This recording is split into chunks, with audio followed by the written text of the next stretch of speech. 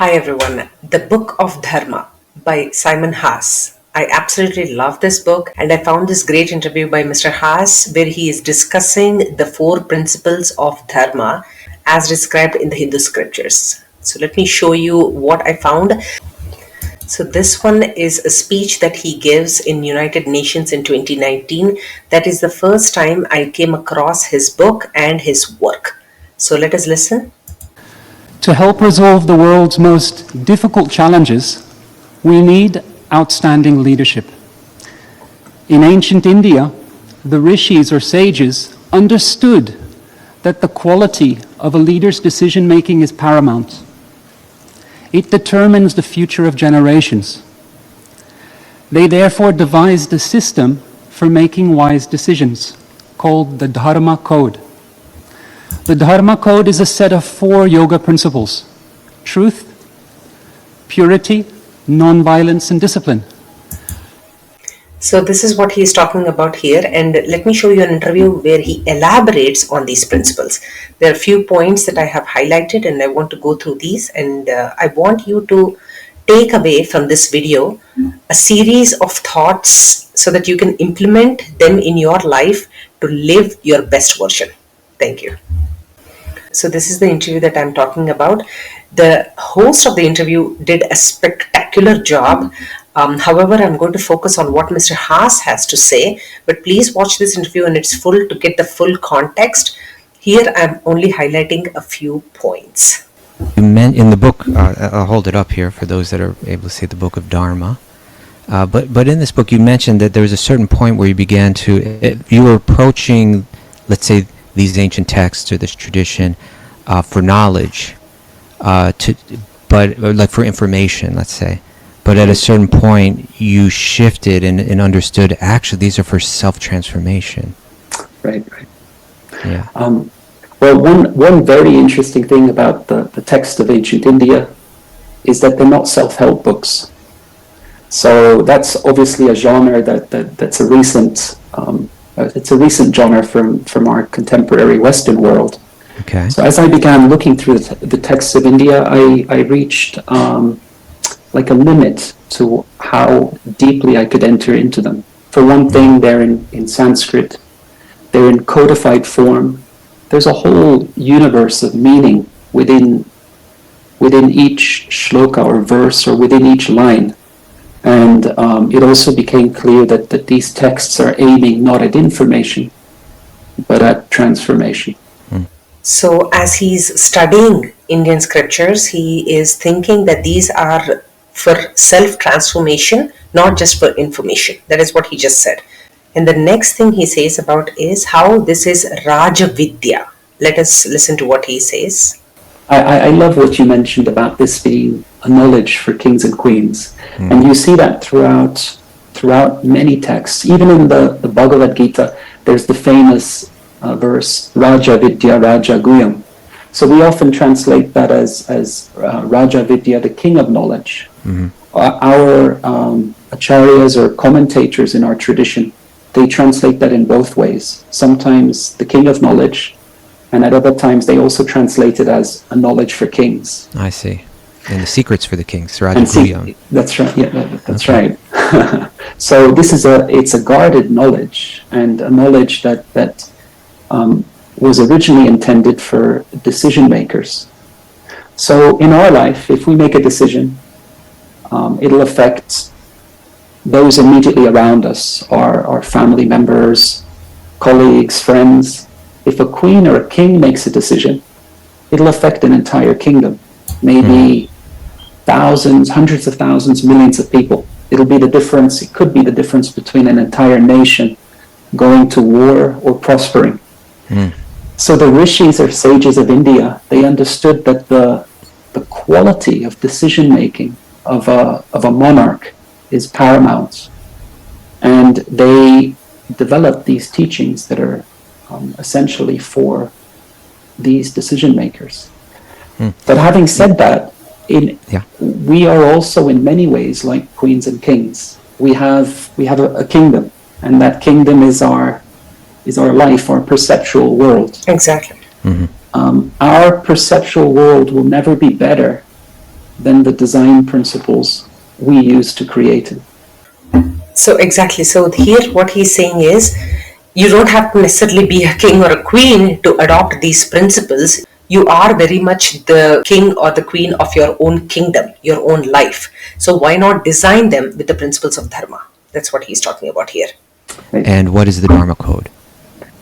The Sanskrit word dharma has different meanings depending on context. So when we see that word in the Sanskrit verses from the texts of India, it can mean slightly different things. So sometimes dharma can mean one's nature or purpose, as in svadharma. Mm-hmm. Here, dharma means, in particular, it means when the quality of our thoughts, our words, and our actions are such that the universe supports us in our efforts. So the word dharma comes from the verbal root dri, which in Sanskrit means to support or to sustain. Mm-hmm. So often when I explain this, I tell people about the Wright brothers, who in 1903 they created the first flying machine. Mm-hmm. So it took the Wright brothers. They designed many different shapes of wings, hundreds actually, before they had just the right shape of wing. And with the right shape, something incredible happens. A contraption that's so heavy that even several people can't lift it, with the right shape of wing, it rises into the sky, carrying a passenger. Mm-hmm. So in the same way, with the right principles of design in our life, then something remarkable happens. We live in accord with what we might call the hidden laws of life, and the universe sustains us in our efforts. So this is amazing. What he's trying to say is if you have the right set of principles, it is very easy to elevate yourself to your highest potential. That's what Mr. Haas is saying here. In this section, he's going to talk about the 4 codes. The Mahabharata, even some of these principles are discussed in the Upanishads. So in Canto, the first book of the Srimad Bhagavatam, and the 17th chapter, there's a section that describes the 4 principles that make up the Dharma code. And these are truth, mm-hmm. purity, mm-hmm. non-violence, and discipline. So in the next segment, he elaborates on each one of these 4 principles. It's a great interview, guys. Again, I have watched it many times, and I thought of sharing this because I got so much value out of this, just for me to understand and think about the principles of life that I want to lead. But one aspect of truth that I like to focus on very much is being true to our nature, because there are so many, there's so much in our society that there are pressures to not be true to who we are as a person. So the text of India explained that we each have a particular individual nature, and we're not all built or constructed in the same way. And we have in our society various ideas of what it means to be successful.